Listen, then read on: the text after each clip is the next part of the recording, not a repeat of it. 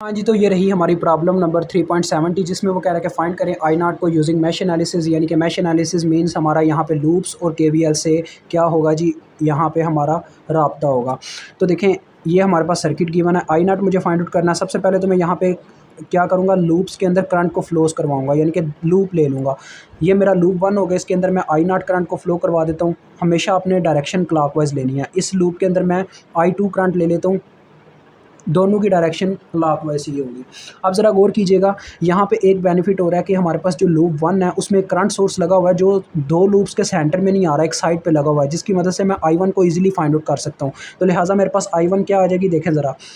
अब आपने इन दोनों की ना देखना कि I1 उस करंट सोर्स में से कैसे गुजरती है। I1 जो अपनी डायरेक्शन के अकॉर्डिंग उसके बिल्कुल सेम डायरेक्शन में गुजरती है, यानी ये भी अपवर्ड जा रहा है, ये भी अपवर्ड जाती है, यानी कि इनकी मैग्नीट्यूड और डायरेक्शन दोनों सेम है।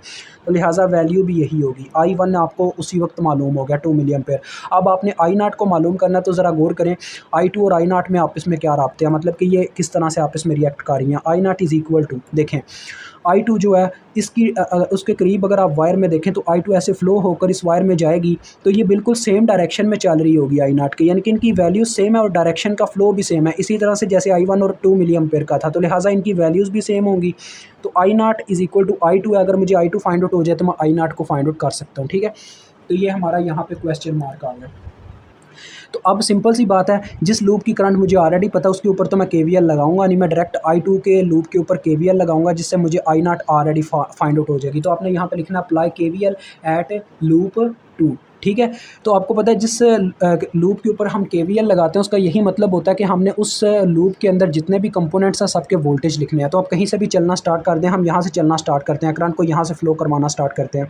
करंट 6 किलो हम रजिस्टर में से गुजर रही है I2। देखें, आप मेरी बात ज़रा गौर से समझिएगा, ये 6 किलो हम रजिस्टर दो लूप्स के सेंटर में है। इस रजिस्टर में से I2 भी पास करता है, I1 भी पास करता है। इन दोनों की कुछ कहने कटिंग होती है, मतलब आपस में अनबन होती है, फिर जाके इसमें वोल्टेज पैदा होते हैं। तो डैट्स वाई इसमें आप कैसे इक्वेशन लिखेंगे, देखें इसमें इनका ज़रा देखें, I2 जो है अपवर्ड जा रही है, I1 ऐसे डाउनवर्ड जा रही है इसमें से। तो डैट्स वाई दोनों की डायरेक्शन अपोजिट है, लेकिन वही बात है कि न्यूटन के थर्ड लॉ की, एक एक्शन कर रहा है दूसरा रिएक्शन कर रहा है। जैसा कि न्यूटन ने कहा था, इस केस में आपको क्या करना पड़ेगा, किसी एक चीज़ को नेगेटिव लेना पड़ेगा। तो हम किसको नेगेटिव लेंगे, आपने जिस लूप के ऊपर केवीएल लगाया हुआ है ना उसकी करंट को आपने पॉजिटिव ले लेना, दूसरी को नेगेटिव ले लेना। ये चीज़ आपको मैंने पहले से बता रखी है। तो I2 माइनस I1 आ जाएगा, ठीक है। मजीद आगे बढ़ते हैं। अब देखें करंट ऐसे जा रही है तो इसके नेगेटिव पोल में एंटर हुई, तो आगे -3। मजीद आगे गए तो आगे 3 किलो ओम का रजिस्टर आता है जिसमें सिर्फ I2 फ्लो कर रही है, डेट्स पे इसके वोल्टेज आ जाएंगे 3 के I2। ओम्स लॉ की मदद से हम इनके वोल्टेज लिख लेते होते हैं। अब हमारा चक्कर मुकम्मल, तो इज इक्वल टू 0।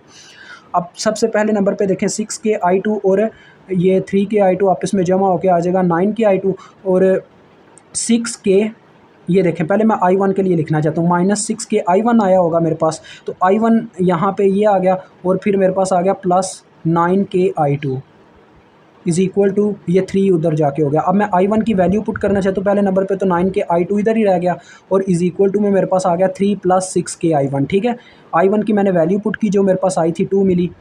तो ज़रा गौर करें आपके पास क्या यहाँ पे बनेगा, यहाँ पे आ जाएगा 6 2 बार 12, 12 और 3 आपके पास 15, 15 बटा 15 यहाँ पे आया हुआ था, तो 9 के इसके बटे में आ गया, इधर आके डिवाइड हो गया। तो आप इसको सॉल्व कर लें, 15 बटा 9 कितना होता है, तो ये आपके पास होता है 1.67। 1.67 आपके पास आ गया, किलो ऊपर जाके मिली बन गया। तो ये आपकी करंट की वैल्यू आ गई, जो कि I0 का वैल्यू था जो आपने मालूम करना था। लिहाजा आपका यहाँ पे ये क्वेश्चन सॉल्व होता है। मुझे उम्मीद है आपको समझ आ गई होगी। नेक्स्ट स्टेप बस आपने एक लिख देना कि I0 is equal to I2 which is equal to this, ठीक है। तो खुदा हाफिज़।